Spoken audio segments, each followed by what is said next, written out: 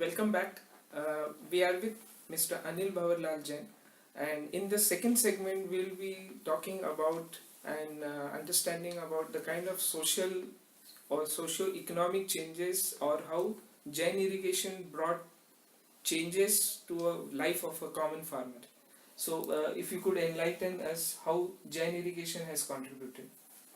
Sure. I do not know, or I would not say that we have contributed so much, but what I would like to share with you is the journey with which we have gone about this. When we started this, and I talked about in '88 we started company Jain Irrigation, the thought process was simple. One of our motto is small ideas, big revolution. And the thought process was, can you do more with less? That's very, very simple concept. But the idea was that ultimately we wanted to create what we call more crop per drop. And this is within the larger vision which my father had, was to leave this world better than you found it. So let me explain these two or three things, what I mean. In terms of water and the plants, if you look at agriculture and the plants are like us, human beings. They can't take in all the inputs at the same time. We drink water through the day. We can't drink all the water at one time. Same is with the plants.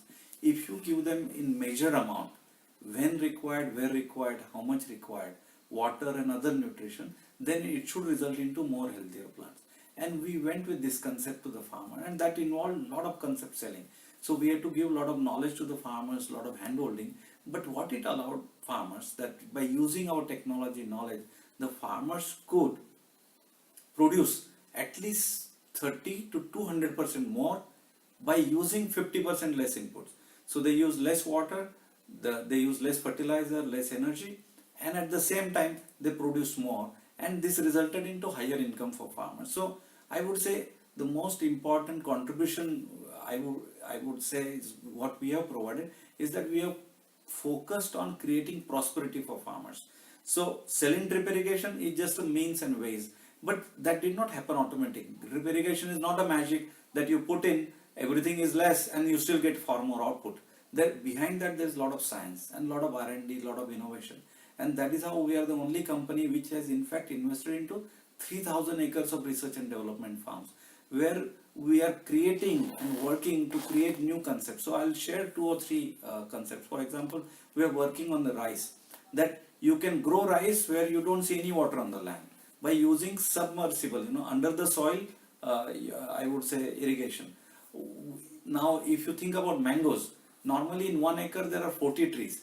We are working with farmers saying that you can put 600 trees, so you will get four times more mangoes. So we are changing also the cultural practices, not only the irrigation practices. And the idea and thought behind this is that whatever you do, if you do it in a manner that it results into higher productivity, because India's productivity is very low and it's very important to increase farmers' income.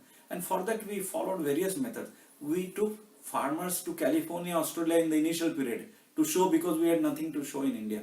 Now they can come and see here on our farms, but at that time that was not possible.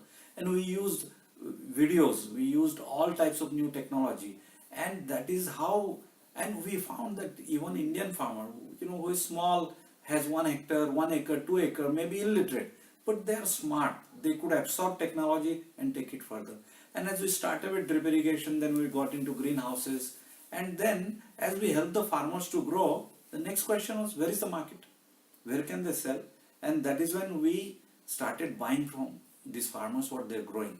So in this area, the farmers were growing banana, onions. So we set up processing facilities where we could buy from farmers what they grow. So today we have become one of the largest processors of mangoes, for example, or we process banana, onion, etc. So we give assured pricing and assured market to the farmers. And then we have developed very good processing facilities. Thereafter, let's say now farmer has a market linkage, okay, but he needs a good planting material. So we got into biotechnology and we have developed varieties of bananas, strawberries, pomegranates, etc., which allows farmer to grow virus-free plants and get significant higher output further. And then when all of this is there, but sometimes to irrigate their farm, farmer doesn't get electricity. Then what he has to do? Then we evolved and developed even solar water pumps, because our country India has 300 days of dry days and sun is out all the time. So it is the most natural energy solution for us. It's the most cost effective energy solution for us.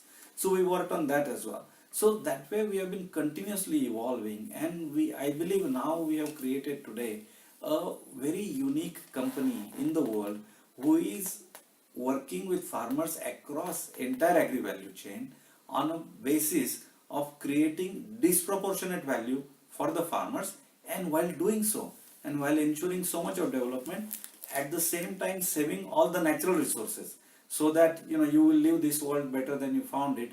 And so to create kind of a sustainable farming, and that is the future, because when we have to feed 10 billion people 20 years down the line, and you want to ensure food security and water security, there is no choice but to follow and adopt the technologies which we have propagated, and that is how farmers will become more prosperous.